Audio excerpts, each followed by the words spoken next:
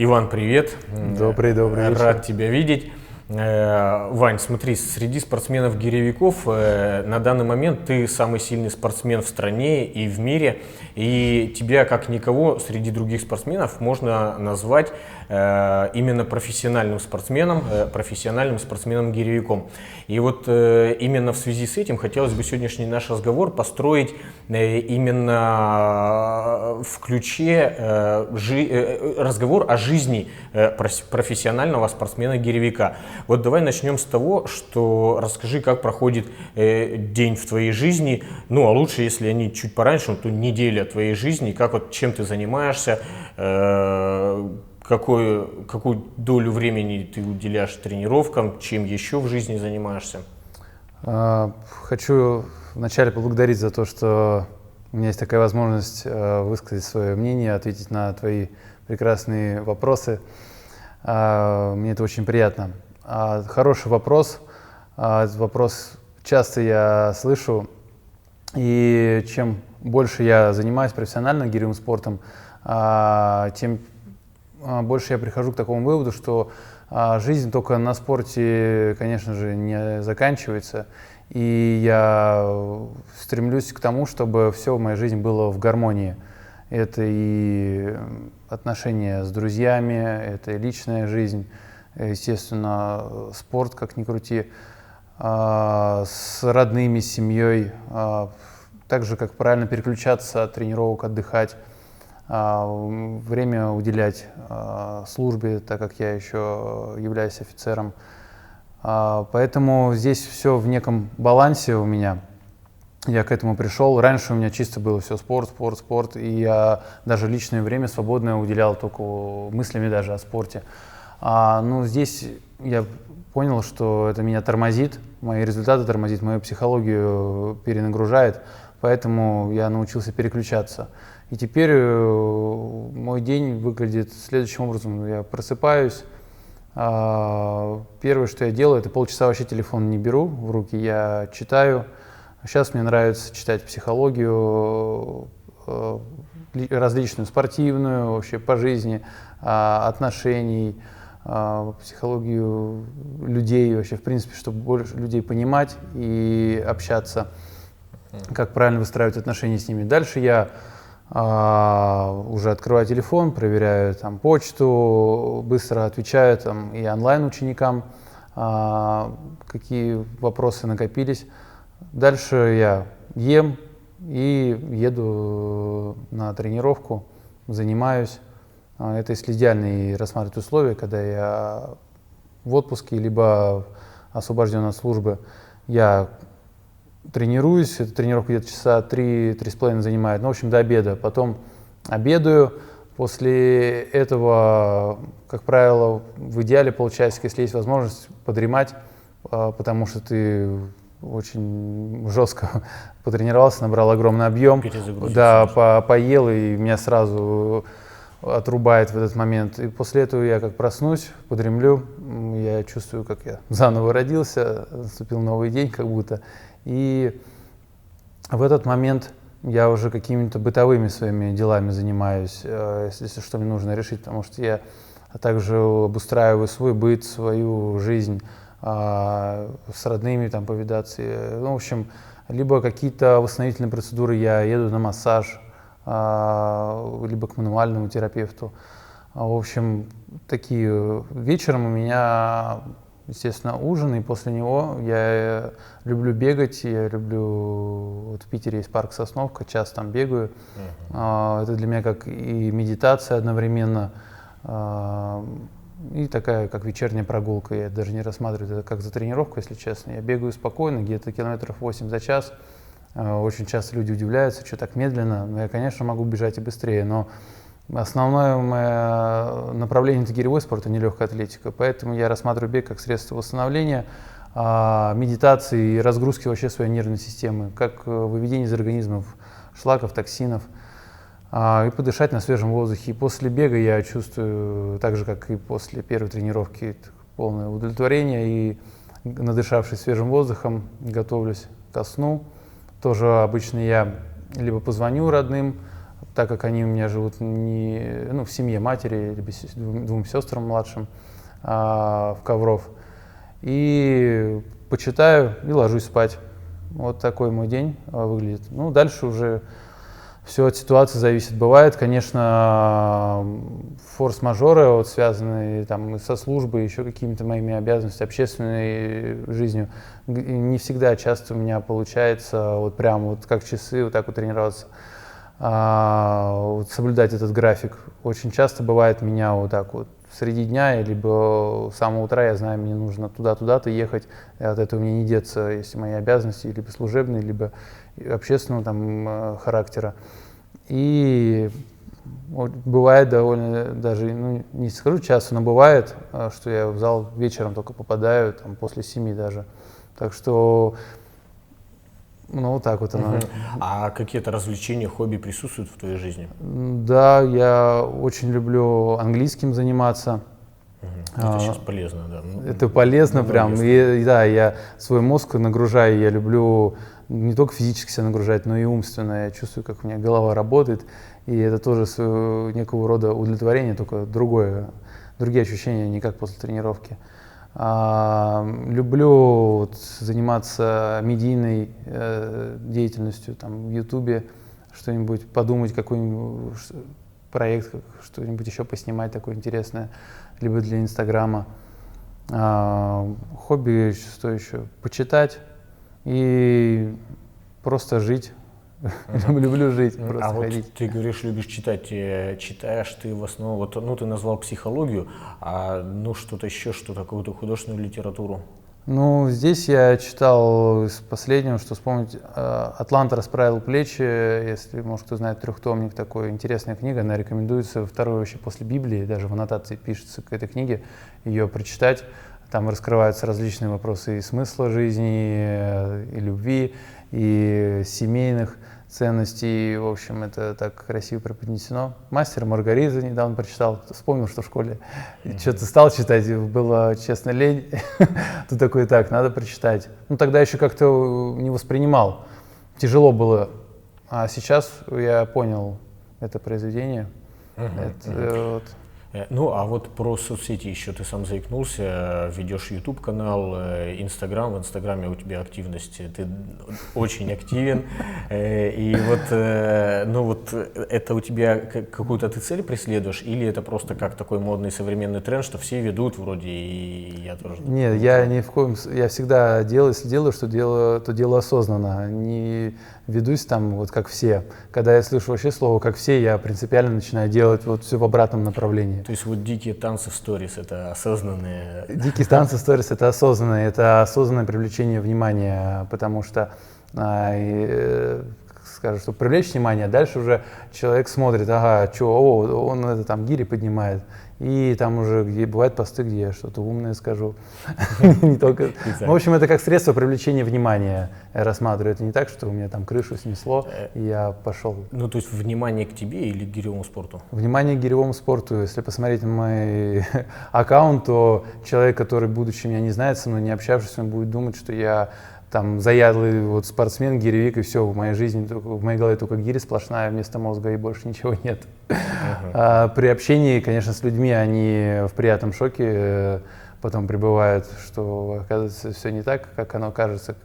Конечно же, Инстаграм — это отражение того, но не отражает действительно, кем ты являешься.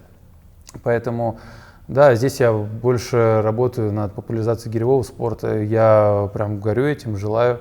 Я верю, что гиревой спорт, он дальше будет очень популярен. И я очень хочу, чтобы мое имя, оно увековечилось на долгие годы, столетия. И что я был бы причастен к становлению гири. Ну что, давай что-нибудь зажигательное из твоих сторис-то попробуем. Ой, из моих сторис там зажигательным было, когда я брал перфоратор и делал очень энергичные движения, потом вот так вот было. Давай я буду повторять или что? А потом уже чисто уходишь и уходишь в раш, чисто с кайфом. Слушай, ну-ка погоди, у меня после этого тоже попрет. Потом результат так вот сразу прет, так вот восстанавливаешь, заряжаешь себя на рывок. Сколько раз помажешь, столько раз потом и порвешь. Так перед стартом стоишь вот так вот.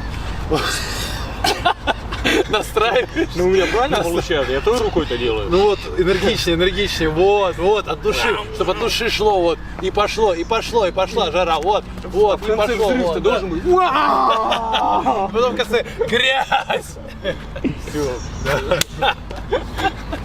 Ну, а вот как ты сам считаешь, насколько ты популярен, вот как, может быть, отдельно в сфере гиревого спорта или вот, ну так, в городе, может быть, в Санкт-Петербурге? Ну, конечно, в гирях я популярен, а бывает еще, ну, в Питере бывают моменты, да, когда в зал я какой-то даже приду, какой-то новый. Особенно где-то меня узнают в спортивных, около спортивных тусовках. Если где-то далекая от спорта деятельность, конечно, там люди не знают меня. А где попаду в какой-то зал, случайно приду там позаниматься, либо меня позовут, и люди ко мне подходят: ой, это ты, я тебя видел там на ютубе, ну, конечно, это приятно. И мне дает также это заряд мотивации дальше работать. Угу. И вот смотри, еще какой вопрос. В твоем распорядке не прозвучало такого, ну, то есть у тебя нет, скажем так, какой-то постоянной работы. То есть, точнее, твоя работа — это гиревой спорт. Ну, я здесь сказал, что это если идеальный момент, когда у меня там есть освобождение от службы, имею в виду. Ну да, но отпуск, тем не менее, у тебя в основном жизнь посвящена гиревому спорту, соответственно, и какие-то финансовые заработки тоже идут именно от спорта.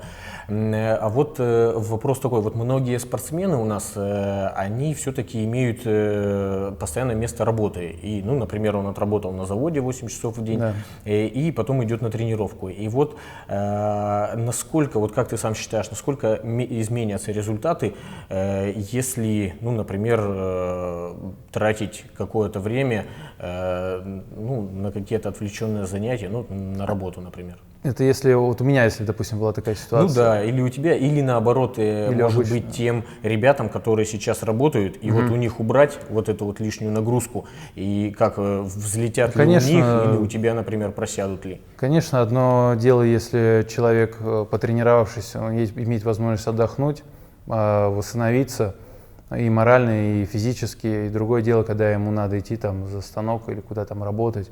Это, конечно, две разные вещи, ну, два разных результата. Это факт. Я сам очень часто думаю, как бы мне бы хотелось, конечно, и тоже больше и выше результаты показывать.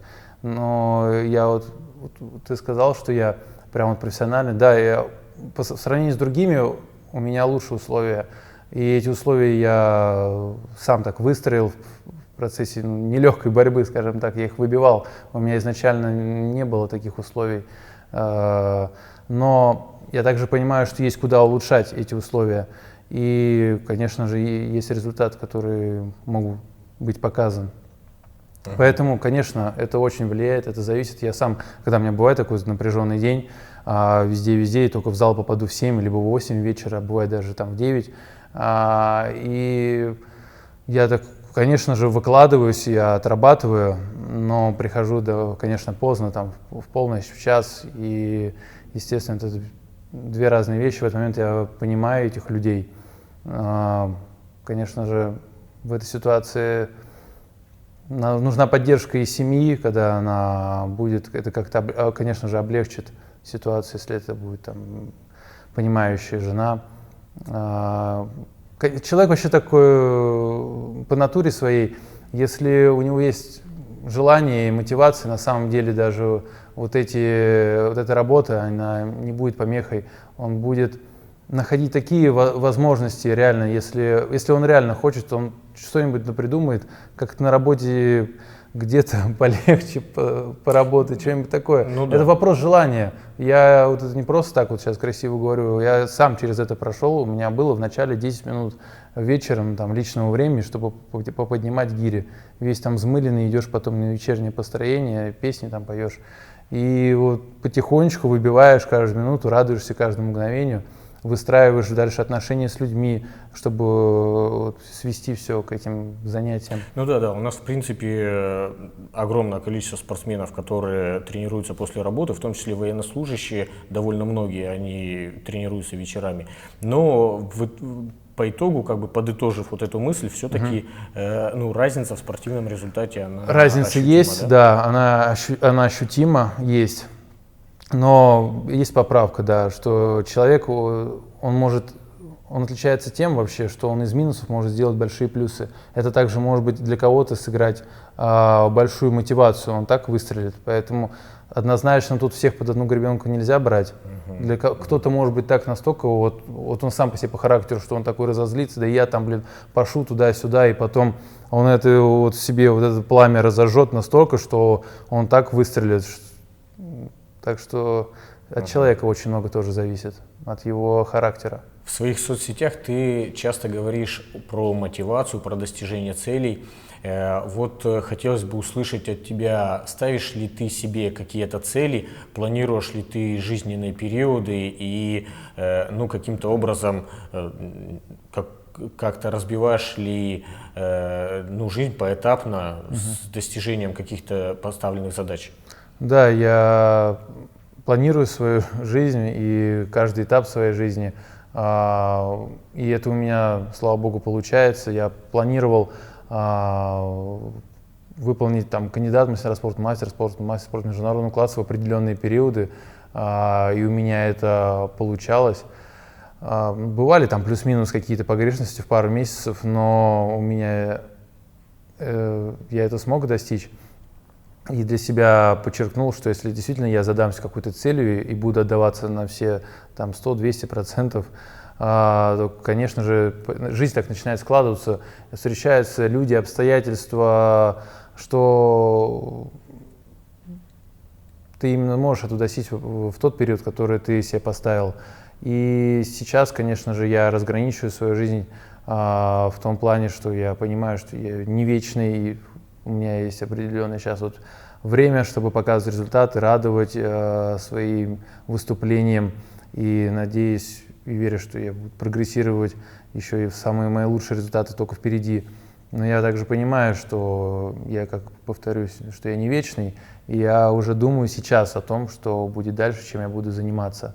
Поэтому также мотивируя людей, я говорю это именно от чистого сердца, это мой внутренний порыв. Я даже записываю это видео тогда, когда сам чувствую свой внутренний подъем и хочу им поделиться с окружающими, чтобы я не какой-то там вот придуманный фейк, как там просто красиво сказал, там и все успешный успех, все такое. Нет, я если говорю, то говорю это от души. И если я говорю о чем-то, значит, я этот момент пережил. И я могу убедительный быть, в принципе, для людей. Может быть, поэтому люди так вот на меня и обращают внимание. А что вот, может быть, какие-то из последних твои неспортивные цели? Моя последняя неспортивная цель – это решение жилищного вопроса, в принципе, покупка решена, квартиры, да, и она решена, но еще, по крайней мере, эта квартира уже есть, а дальше уже там доделать ремонт, до конца ее оплатить, и тоже же я поставил себе определенный срок ближайший, который у меня в голове. Я не люблю вообще, в принципе, разговаривать о том, что мои там цели, планы какие, потому что так психология у нас устроена, что потом уже мотивация не та, и тяжелее достичь желаемого результата. Поэтому вот из неспортивного, да, это приобретение квартиры, хоть небольшой, но, по крайней мере, этот маленький мой шаг. Это хороший пример пройденного этапа. Ну, а вот из спортивных целей, вот сейчас, кажется, уже, ну, я могу только сказать, у тебя пока не хватает звания заслуженного мастера спорта, но, в общем-то, если ты теми же темпами будешь продолжать упорствовать, то, в общем-то, это тоже не за горами. А вот скажи, у тебя у самого в голове какая конечная именно спортивная цель? Ну, вот я в том-то и дело говорю, если я сейчас о ней скажу, то мотивация будет не та уже. Она, я думаю, достаточно будет сказать, что она есть, и я горю, я желаю, и я делаю, что самое главное, делаю все для того, чтобы достичь эту цель. И у меня реально есть это жгучее желание. Я работаю над этим. Мои лучшие все результаты еще впереди, я на это надеюсь. и верю. Ну да. А так вот можешь в жизни сказать, какое у тебя самое яркое событие в жизни было? Неважно, со спортом, не со спортом связано. Самые яркие события я прям сразу так не могу выделить. Я могу лишь сказать, что этих событий у меня очень много в жизни, потому что я стараюсь именно жить в настоящем и не в иллюзии, не убегать, не прятаться за что-то, за алкоголь, за там, особенно наркотики, жить чужой жизнью. Я проживаю свою жизнь, я себя не сравниваю ни с кем другим. Я нахожусь в моменте, и поэтому я каждый день, грубо говоря, проживаю новую жизнь, и каждый день у меня запоминается моментами. Они все для меня идут ровным фоном. Я не могу сказать такие, что у меня... Раньше, да, у меня были такие вот прям скачки, но сейчас, когда я свою жизнь так стал устраивать гармонично, у меня и эти моменты, они очень часто, каждый день у меня есть определенный момент. Даже вот вчера я приехал к тебе в гости, мы катались на этих электросамокатах, и я этот момент на свою жизнь точно запомнил, как это было круто. Рядом Волга, теплая погода, красивый Рыбинск, который я не видел еще. Ну, приезжал, да, на соревнования, но не было такой возможности осмотреть город.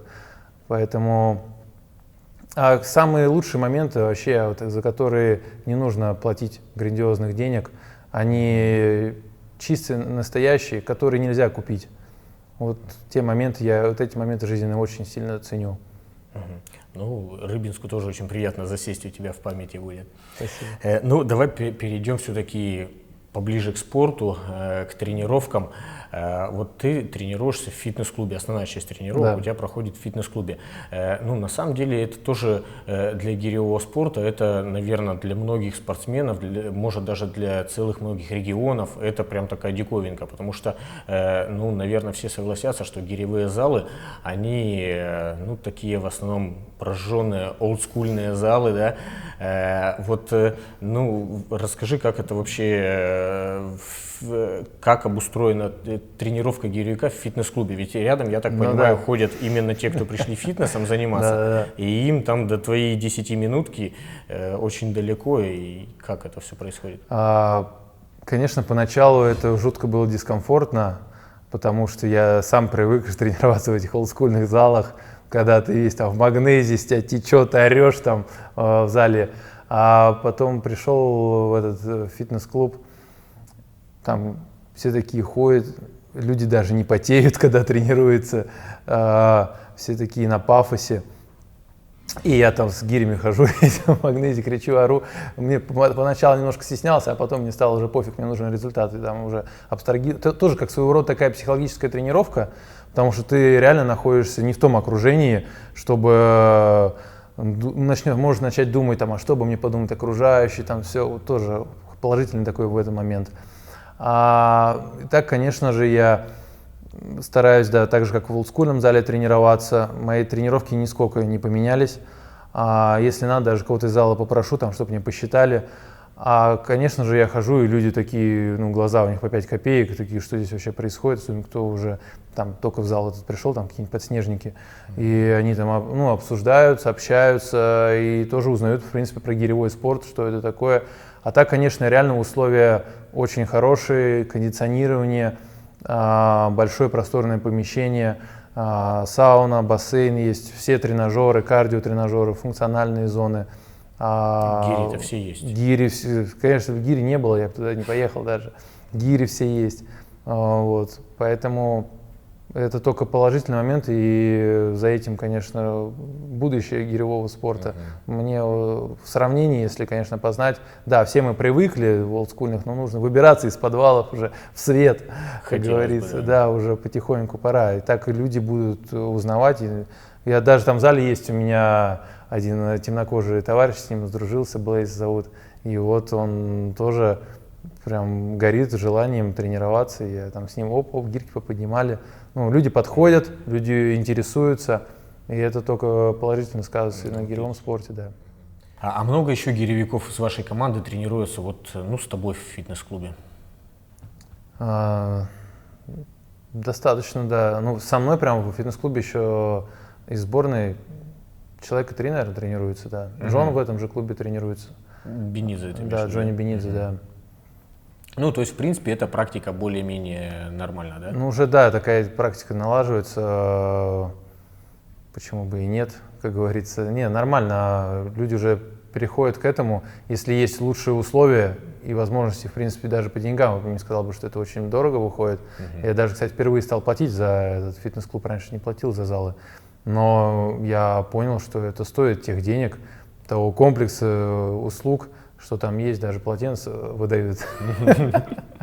Поэтому чисто это все подкупает, конечно же. И эта тенденция, конечно, Ну, понятно, да, за идет. хорошие условия Да, нужно да. заплатить. Давай немножко поговорим о методиках тренировок, но не хотелось бы сильно тебя мучить длинными рассказами. Понятно, что о методиках мы можем сесть Да. и 2 дня тут разговаривать, но вот давай как-то вкратце. В основном хотелось бы услышать, что, во-первых, по общим каким-то объемам тренировочным, насколько, то есть вот сколько я общался со спортсменами высокого уровня, очень многие из них для того, чтобы прибавлять результат, прямо какие-то называют космические объемы тренировочные, плюс какие-то восстановительные моменты, ну и может сам что-то скажешь, может по отдельности толчок, рывок, в чем, как, Да, хорошо. периодичность какая. Ну, здесь можно разделить, да, как для начинающего, как для уже опытного, потому что это разные уже тренировки. Ну давай методики. именно по твоим. То есть По интересно, моим, как сейчас ты на данный тренируешься. момент я, конечно, разделяю толчок-рывок, потому что и у меня эти тренировки 4 в неделю, именно гиревые. Там понедельник, четверг толчок, вторник, там, пятница рывок. Ну, плюс-минус там что-то смещается, может на субботу, четверг где-то там кардио сделаю. Почему так? Потому что я прям полностью зато выкладываюсь. Вот у меня толчок, я полностью выкладываюсь на толчок. У меня уже нет на подсознании, что дальше у меня рывок, и я где-то себя буду тормозить немножко в результате. А тут я полностью знаю, мне нужно всего лишь отработать, вот прям выложиться по полной. Это очень хорошая развивающая тренировка получается, в которой я конкретно ушатываюсь до изнеможения. И это дальше после этого я делаю, как правило, ОФП. ОФП, если у меня это толчковая тренировка, это ноги я тренирую, если это рывковая, спина. Это уже в интернете, там можно много уже посмотреть, эти упражнения. Ну, в зависимости от сезона, если это межсезонье, там больше на силу. Если уже ближе к предсоревновательный там период, я уже начинаю разгонять свои мышцы, чтобы мышцы нарастил, дальше надо их разогнать, потому что иначе ты будешь как балласт стоять. Конечно же, больше подключать кардио, нагрузки уже в предсоревновательный период, где больше на силу ты работаешь, кардио, ну не полностью, конечно, убирать, но сбавлять, как минимум, там бешеный объем не делать. Дальше раз в неделю я плаваю, в среду я стабильно, это как и тренировка кардио, и для моих суставов, вообще для разгрузки, смены деятельности, для здоровья. Для спины, там, снять нагрузку, чувствуешь, да, как с ног уходит напряжение. Вода очень хорошо расслабляет.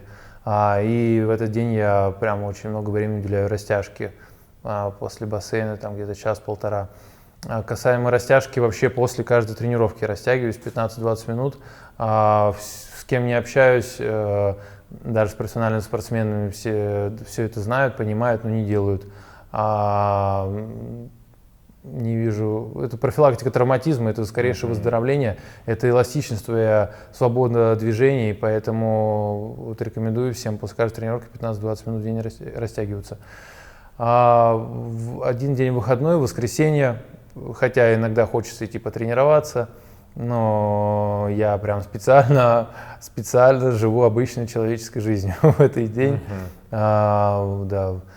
Там встреча с друзьями, там, с родными, либо где-то погуляю по Питеру, в каких-то местах, достопримечательностях.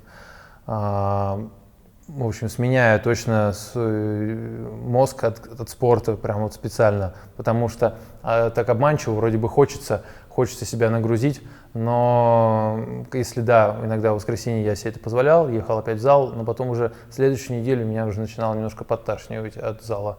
Поэтому, да, чтобы до этого не доводить, нужно делать вовремя профилактику.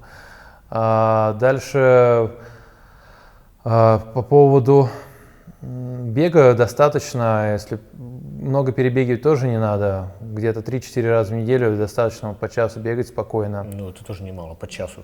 Ну, есть бегаешь в спокойно, основном 8 такие, километров да? в час, это не 10 даже. Это, если по десятке даже бегать, это совершенно другая нагрузка и восстановление. Когда ты тренированный спортсмен, для тебя 8 километров, это, вообще это пешком пройтись. Но бежишь, это легко, а такие трешки бешеным темпом не Нет, бегаешь. нет, такие, я да? такого не делаю, да. Я уже набегался в легкой атлетике, таких до гирька занимался. Не вижу в этом смысла, как повторю, я выкладываюсь только с гирями. Все остальное время я так прохлаждаюсь. А вот про рывок еще такой момент. У тебя получается показывать хорошие результаты, отличные результаты и в толчке, и в рывке. Вообще, ну, глядя на большое количество других спортсменов, видно, что далеко не всегда какая-то общая такая подготовка гиревая, она дает хороший результат в рывке. Вот какой-то, может, не знаю, хотя всегда хочется услышать секрет, прям вот почему, если ты натолкал много, да, и вот, ну, у тебя при этом получается и много порвать. То есть вот спортсмены, которые с тобой тоже пытаются бороться, даже толкают где-то очень близко, на равных иногда, но в рывке у тебя получается порвать больше. Вот как ты сам считаешь, как этого удалось достичь? Это удалось достичь путем того, что я очень много реально уделял времени технической составляющей рывка и осознанному подъему гири, не просто там махнул, как пойдет, там, как вот реально пойдет. Сегодня не пошел рывок. Я довел его до того, чтобы у меня рывок всегда шел. Там свои, как минимум, я уже дошел до той уверенности, что я понимаю, что 200 раз я порву, хоть меня ночью подними, там, быстренько размялся, все, я подниму. Даже в каком бы я состоянии перетренированности не был, я 200 своих подъемов подниму. Поэтому этот момент такой внутренней уверенности, техники, что я осознаю прям каждый сантиметр движения рывка. Бездумного там нет ни одного момента. Раньше я помню, я как что-то порвал, там 220, потом 160 порвал, и вот так вот все скачет. Это нестабильно ничего. Стабильно это там плюс-минус 5-10 подъемов. И, конечно же, морально я себя всегда настраиваю на лучшее, на успешный успех. Но на самом деле, если серьезно ответить, как только толчок закончился, я себе даю 3-5 минут максимум, чтобы поговорить о толчке, что там было. После этого я все разговоры, все вопросы со стороны, кто мне задает про толчок, я все закрываю. Я достраиваюсь на рывок. Все. Большая ошибка спортсменов, когда они потолкали и ходят там. Да я вот так, у меня вот сяк там, а ты видел то, а вот они такие, а я туда-сюда. И, в общем, это длится вплоть до рывка. А потом уже, ой, рывок, и он не успел настроиться. Вопрос тоже психологии, как ты к этому подойдешь, настроишься. Ну да. А вопрос, что с длинным циклом? Вот вроде, казалось бы, имея такую обалденную подготовку, общефункциональную, как бы толчок такой большущий, имея 3 абсолютных рекорда мировых и в толчке, и в рывке, в двоеборье, почему не хочется еще нациклить еще один рекорд? Ну, сразу отвечу, просто нет желания, а я не люблю что-то делать, когда у меня нет желания, потому что это получается, мягко говоря, не очень. Я себя очень сильно растрачиваю энергетически. Это первый момент. Второй момент, я понимаю, что цикл, он тормозит скорость толчка. А рывок, да, вопросов нет. А толчок, он очень тормозит. Я пробовал где-то в межсезонье иногда подключать цикл. И когда ты переходишь, даже 2-3 недели посидишь на цикле, переходишь на двоеборье, ты понимаешь, что ты вообще мертвый, скорость не та. Поэтому я пока что хочу показать больше результатов в толчке, именно конкретно в толчке. Пока что я не удовлетворен своим результатом, поэтому рано еще говорить о цикле. Может быть потом, я не знаю, что будет потом, вообще актуально ли это будет. захочу ли я. И еще, почему я не занимаюсь циклом, тоже немаловажный момент. Я в самом начале еще своей карьеры понял, что сейчас не тот уровень развития гиревого спорта, чтобы выступать в 2 упражнениях, потому что это результаты уже совершенно не те. Раньше можно делать, где-то было и 8 минут отстоять, чтобы победить, а сейчас надо по полной прям выкладываться. А если ты будешь растрачивать себя и там, и сям, но это как минимум не спортивное долголетие. Это я не хочу выступить год-два и потом, чтобы меня списали, как хромую лошадь. Ну, по крайней мере, сейчас были 2 спортсмена на Ну, были чемпионате спортсмены, России. ну а что будет дальше? А Тоже что дальше вопрос, будет мне да. помост? Может быть, человек, я не хочу ничего говорить, даже что будет. Поэтому мое мнение такое, что гиревой спорт уже находится не на том уровне развития, чтобы выступать и там, и там. Да, это можно сделать, но вопрос, как долго ты сможешь так держаться на этом уровне, это вот большой вопрос. Поэтому вот такой ответ. Понятно. Ну и хотелось бы еще узнать во время соревнований, вот ты говоришь, как раз увлекаешься немножко психологией, а вот непосредственно во время выступления, чем занята твоя голова вот на протяжении 10 минутки и в толчке, в рывке, вот о чем ты думаешь? На протяжении 10 минут моя голова максимально сосредоточена и сконцентрирована на как можно лучшей технике, максимальном расслаблении и экономии своих ресурсов и энергии. И на это тратится очень-очень много сил. Я на тренировках стараюсь, да, каждый свой подъем так осознанно делать, но на соревнованиях это предельная концентрация, которая требует очень больших затрат и усилий. Я концентрируюсь только на этом и не подпускаю в свои мысли больше ничего. Ну, то есть, а на соседние помосты, на соперников? Я вообще не смотрю, обращаю, да? можно посмотреть видео, я стою все 10 минут и смотрю только в одну точку, либо максимум иногда поглядываю на свое табло. Иногда бывает, максимум на 9-9:30 я посмотрю, если моя физическая форма сейчас в данный момент не на том уровне, либо я только разгоняюсь, допустим, как это было на зональных соревнованиях в Пскове. Я только набирал эту форму физическую. Вообще я был после операции, у меня не было хорошего межсезонья. И когда я чувствую свои пробелы, я могу посмотреть, но и то это происходит в конце 10-минутки. Ну, понятно, то есть в течение сосредоточен на своем плане. Да, я есть судья, я работаю с судьей, я сконцентрирован на подъемах, слушаю судью, а больше здесь ничего не имеет значения в этот конкретный момент. В последующие моменты, да, там ты можешь на все что угодно общаться, что-то думать, а в этот момент, если ты не сосредоточен, то, конечно же, тебя выстигнет в какой-то момент. Ну, такое бывает, не всегда на самом деле получается сосредоточиться, сконцентрироваться. Бывает, вот почему подламывают руки иногда вот у меня в конце, сейчас вот в Казани так случилось, на 163-м подъеме я немножко концентрацию увел в сторону зрителей, там мне кричали, и все, и тут же на 10 минут это непростительная роскошь распыляться своим вниманием. Поэтому не всегда есть человеческий фактор, но это тоже профессионализм, я работаю над этим. Над которым еще есть над чем работать. Есть над чем работать, да. Понятно. Ну и вот смотри, от тебя уже несколько раз прозвучало межсезонье. Межсезонье, то есть оно все-таки в твоем... Межсезонье это большое, да, событие в моей жизни. В твоем году оно все-таки существует, когда, видимо, это не соревнований, да? Вот, ну, так, скажем, в 2 словах расскажи, чем ты занимаешься в межсезонье, полностью отдыхаешь от спорта или только от гири, или вот что происходит в это время? Межсезонье для меня это вообще основной, в принципе, период, когда я набираю свою физическую форму. Если его достаточно не было в моей жизни, скажем так, то надеяться на хороший соревновательный результат нет смысла. Но, как правило, мое вообще межсезонье начинается с того, что я сразу после соревнований, это чемпионат России или чемпионат мира, я даю себе отдых, неделю-две, занимаюсь. Как правило, отдыхать прям конкретно не получается, накапливаются какие-то бытовые дела, которые я решаю. И, конечно, в идеале в этот момент прям полностью отдохнуть, взять отпуск, куда-нибудь съездить.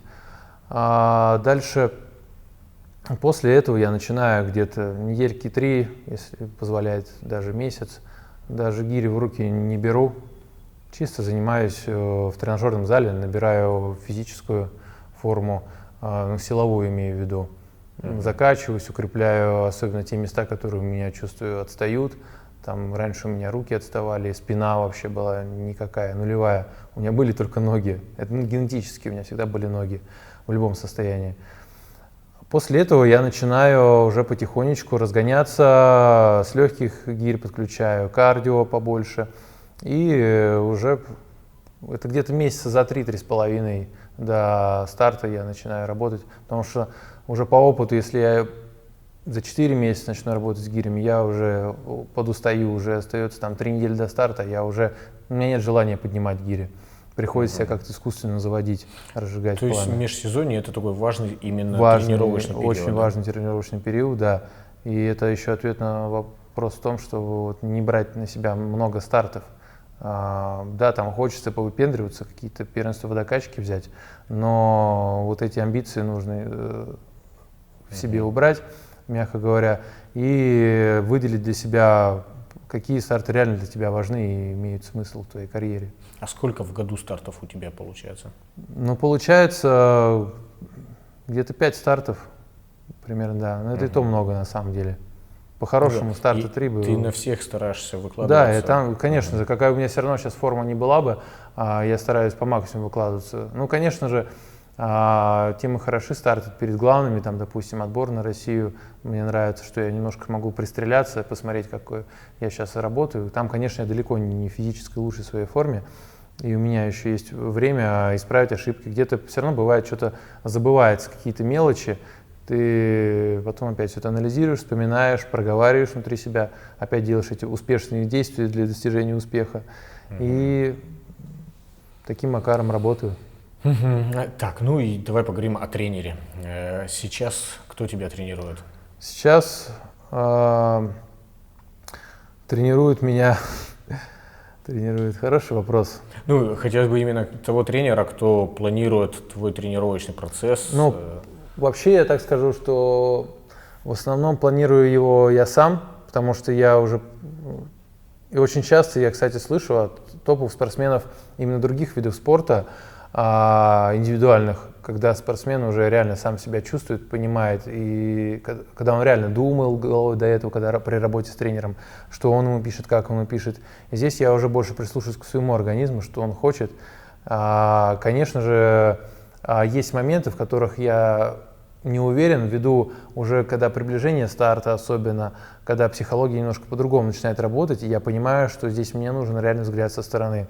И вот мой тренер, который в протоколах у меня, Аркадий Семенов, Аркадий Николаевич, вот я с ним консультируюсь, и он приезжает, он тоже в том же зале занимается, где и я.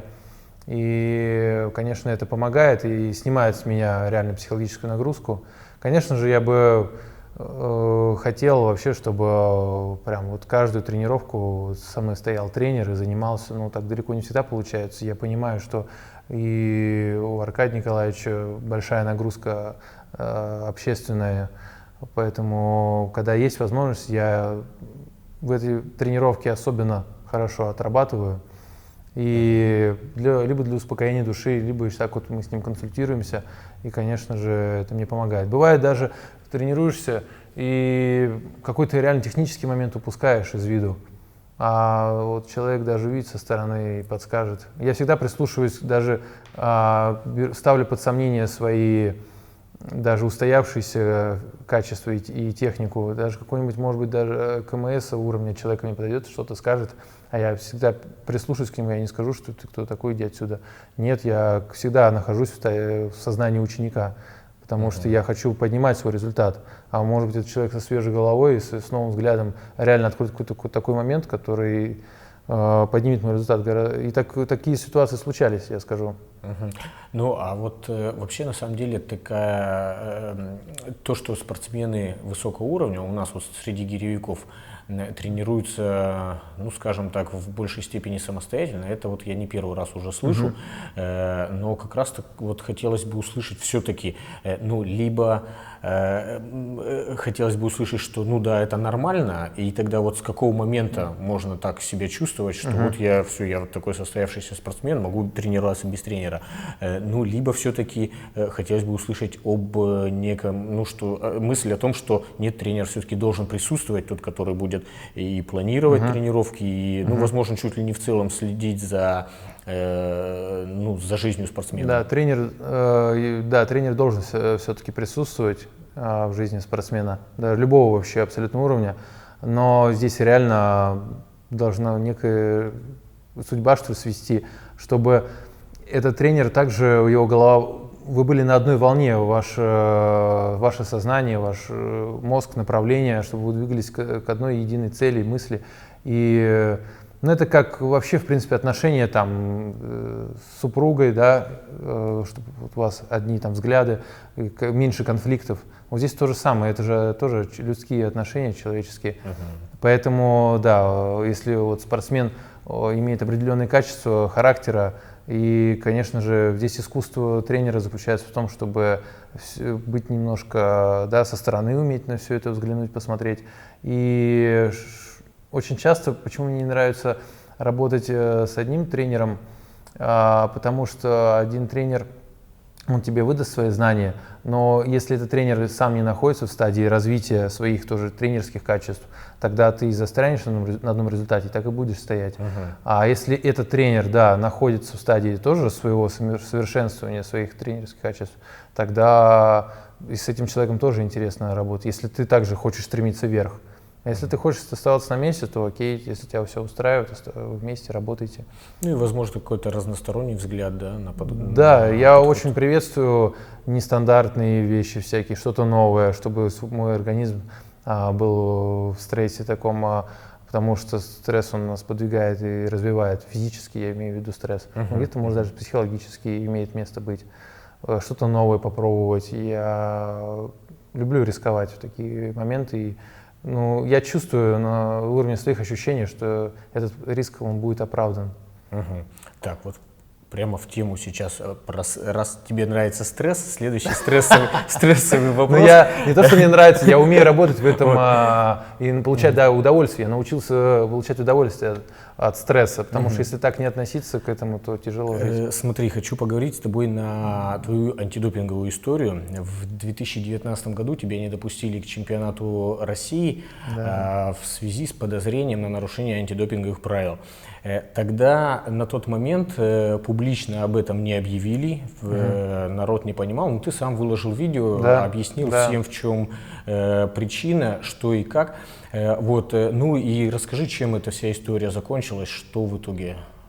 Ну, в итоге я здесь, все хорошо, поднимаю гири, слава богу. То есть ты на помосте оказался? Оказался на помосте, да. Решил, это один из тот моментов, когда я проявил свои качества в реально очень жестких экстремальных условиях, я в таком еще не был никогда. Ну, реально тут такой момент случился, что в этот миг все, что у тебя было взрощено, ты строишь какие-то планы, и тебе просто их бьют тут по ногам, отсекают, и ты оказываешься в таком состоянии. Ну, конечно, в этой ситуации, я говорю, я в стрессовых ситуациях прям очень хорошо себя проявляю.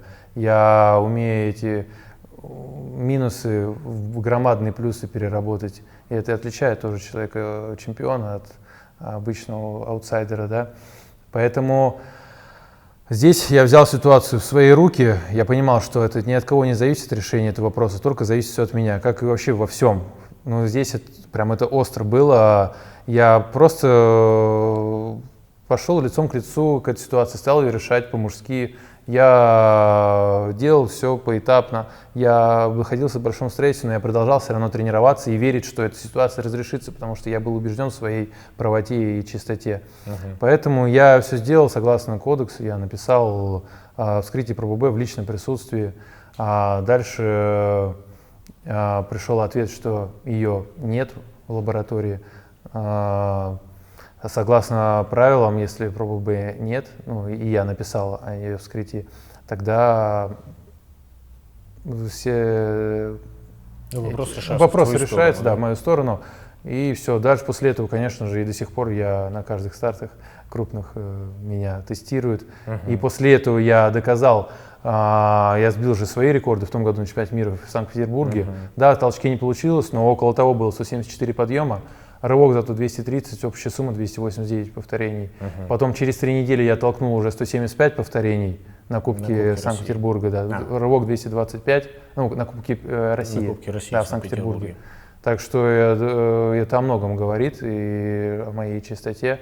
Я людям доказал, если я был на чем-то не разрешенном. Ну, после того случая ты уже несколько контролей проходил. Да, я много контролей проходил. И до сих пор их прохожу. Но эта ситуация меня очень хорошо закалила и заставила быстрее еще повзрослеть и психологически окрепнуть. Это также позволило мне и дало толчок развиваться в психологическом плане, именно в спортивном. Так что после этой ситуации она наложила на меня очень большой осадок, и то, кем я являюсь, это тоже благодаря той ситуации. Я в какой-то степени даже благодарен, что она случилась со мной. Потому что рано или поздно она с спортсменами случается, те, кто на слуху. Ну, так устроен человеческий психология, что когда все хорошо, хочется, чтобы ну, что-то случилось бы с ним, все такое. Не очень. Это же добавляет краски в нашу жизнь. Ну вот, добавили. И да, добавили, спасибо, да, мы все повеселились, вот, и я в том числе. Да, ну и вот, знаешь, дальше, возможно, что как раз некая закономерность потом есть. Вот про чемпионат мира 2019 да, года. Вот это я тоже как раз таки вот сказать. была неудача в твоей истории. Вот как раз, ну, с чем связывалось и что вообще произошло? Да, ну, это тот момент, когда там же прошло буквально 5 месяцев, да, после вот этого скандала антидопингового. И, конечно же, я на себя ощущал очень большую психологическую нагрузку. Я очень много усилий потратил на решение этого вопроса. Я потом же на Кубке России в Томске выступал, победил, чтобы отобраться в сборную России, так как на России меня не допустили. Я благодарен, что мне дали эту возможность проявить себя и поехать за сборную России на чемпионат мира в Сербию. Но уже в тот момент я реально много горя хапнул, так скажем, с той ситуацией, что уже меня не хватило просто вот, реально я уже вот просто вот все. Там уже ветерок подует, и я уже просто ломаюсь. То есть психологически было тяжело? Психологически очень было тяжело, очень большая нагрузка. Я не сомневаюсь, что любой на моей ситуации не буду зарекаться, но не пожелаю даже врагу такого. Поэтому, да, в тот момент просто это случилось не в том месте, не в нужное время. Это случилось не после и не раньше. Ну, так вот, это случилось там, это не случайно, это все закономерно. Я не верю в случайности. Это случилось именно так, как и, в принципе, и должно было быть в жизни. Потому что просто так бесследно такие истории не проходят. Но и она случилась там. Ну вот. Также эта история дала мне толчок, да, вот именно развивать себя, чтобы даже в таких условиях, такой нагрузки, чтобы я смог справиться. Вань, хотелось бы еще услышать твое экспертное мнение по поводу новых гирь, нового стандарта гири. Сейчас на прошедшем чемпионате России в Ростове, там вот как раз производитель представил образцы этих новых гирь, и уже соревнования прошли именно на новых гирях. Они немножко отличались. Сначала было куча обсуждений в интернете, там зачем это надо и что там, почему что-то меняем. Но в принципе все пришли к тому, что по форме они очень похожи на то, что было раньше. И основное отличие, которое все говорили, это толщина дужки, да. Она потолще. И ну вот расскажи, как твои ощущения были, как было соревноваться на новых гирях? Ну, конечно, да, очень много было разговоров перед стартом по поводу этих гирь, но это и также очень много спортсменов из-за этого и погорели, из-за того, что ну, нечего было вот это все обсуждать, ты выходишь все в одинаковых условиях и поднимай гири, да, что тебе дают. Это как, знаешь, скрипачи, там у них струна рвется, четвертая, они на 3 струнах уже доигрывают, ничего страшного не происходит, и никто даже этого не замечает. Это тоже профессиональный такой момент, может быть случится все что угодно. Поэтому если человек профессионал, он не поддастся даже, хоть дужка толще, там расстояние больше, меньше, неважно. Объективно, если на толчке вообще разницы не почувствовал, я даже люблю, когда они потолще, меньше так давят, больше площадь соприкосновения с ладонью. Нормально они собрано, сбито, себя так чувствуешь, хорошо вылетали гири. На рывке, конечно, да, я технику, так как я говорил, что технику рывка я особо отрабатываю, оттачиваю каждый сантиметр. И я понимаю, как надо работать с такой гирей, с такой диаметра дужкой, поэтому я технику видоизменил слегка и еще больше концентрации добавил. Там на такой дужке ошибки, конечно, непростительны. Отработал, тоже свой стабильный результат показал, который мне дали засчитать по темпу. Не сказать, что я там из последних сил что-то тянул, там, да, правой рукой я вообще не тянул, поменял, а левой рукой уже тянул, но это уже специально, чтобы темп больше, ну, накидать подъемов. А так бы я мог также даже с прокачкой доработать. Так что, если человек профессионал, он в любых условиях Но на этих работает. гирях до этого чемпионата не тренировался, да? Их Нет, не я тренировал? вот так же, как и все, пришел, увидел. А как вот ты говоришь, немножко поменял технику, то есть прямо по ходу? По ходу, в да, процессе разминки конечно. практически, да? Ну, объективно, когда бываешь в каких-то других залах, и там реально бывает там первого образца гири уральские, они тоже были с 35-ками диаметр. И там, конечно, да, чувствуется, что я помню, у меня результат отличался в 10-15 рывков на 10 минут, если заходить. И по технике, да, я примерно так, ну, прикинул, как нужно поработать, ну, уже в процессе, и получилось. Ну и то есть, как вывод, паниковать не стоит? Паниковать ни в коем случае не стоит. Ты профессионал, ты выходишь и работаешь. Что бы ни случилось вообще там, хоть на тебя там вообще ведро воды там выльют, когда ты толкаешь. Никого это не волнует. Ты выходишь и выступаешь, 10 минут отрабатываешь. Вот эти все разговоры потом. Дужка толще, меньше, судья там что-то засчитал, косо на тебя смотрел, кто-то что-то закричал, там, помост шатался, там, потекло у тебя что-то там, где-то защемило. Так что эти все разговоры потом. Ты выходи, 10 минут отрабатывай, потом говори все, что угодно. А, как правило, уже после даже не хочешь ничего об этом не говорить. Вот знаешь, еще все спортсмены, они обычно на кого-то равняются. Для всех спортсменов есть какой-то, ну пусть кумир, Да. может быть даже не кумир, но тот, на кого они бы хотели равняться, достигать этих результатов. Ну, в твоем случае, имея результат, в своих результатах такие вот абсолютные рекорды мировые, ну, вроде бы кажется уже, ну, на кого теперь равняться, как бы, вроде наоборот, на тебя все должны равняться. Но, тем не менее, вот на данный момент, или, может быть, когда ты только начинал, вот, ну, расскажи, кто был для тебя таким кумиром, или, может быть, сейчас есть кто-то такой, на кого бы ты хотел равняться из спортсменов? Когда я начинал, был кумиром. Мне нравилось, как я это говорил, и сейчас скажу, как Хвостов рвет, Александр из нашей сборной Санкт-Петербурга. Нравилось Ташланов. Ну, у него техника, конечно, такая своеобразная, но он такой взрывной и для своей весовой категории достаточно много тоже поднимал. Сейчас, конечно, он не очень, жизнь бытовая отвлекает, поэтому на данный момент у меня где-то года два, с 18-го года, да, у меня где-то не было вот никого вот кумиров, я что-то жил, даже об этом не задумывался. Ну, были моменты, да, так в голову приходило. А потом я посмотрел сериал «Последний танец», называется, с Майклом Джорданом, 10 серий. И тут я как спортсмен для себя очень многое подчеркнул. Я столько всего разглядел, услышал, и я видел, как человек, ну, он реально кумир очень многих.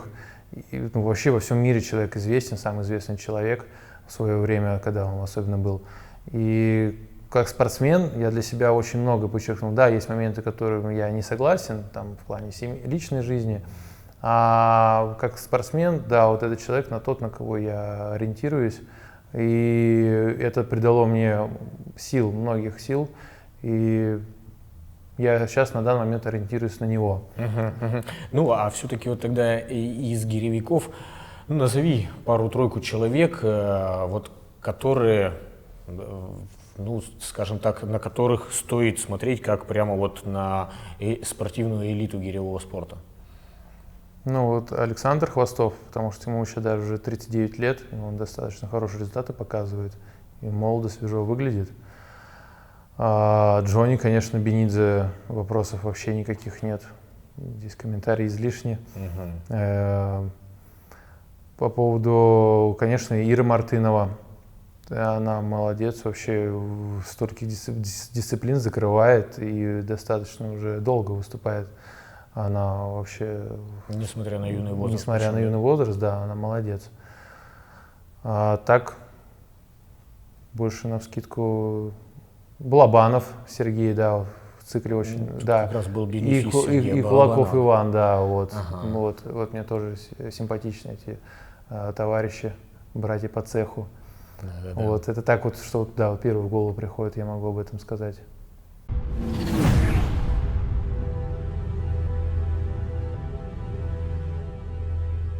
Вань, ну и напоследок скажи какие-то напутственные слова, может быть, порцию мотивации для наших зрителей, как достичь результатов, как тренироваться, как быть успешным в жизни.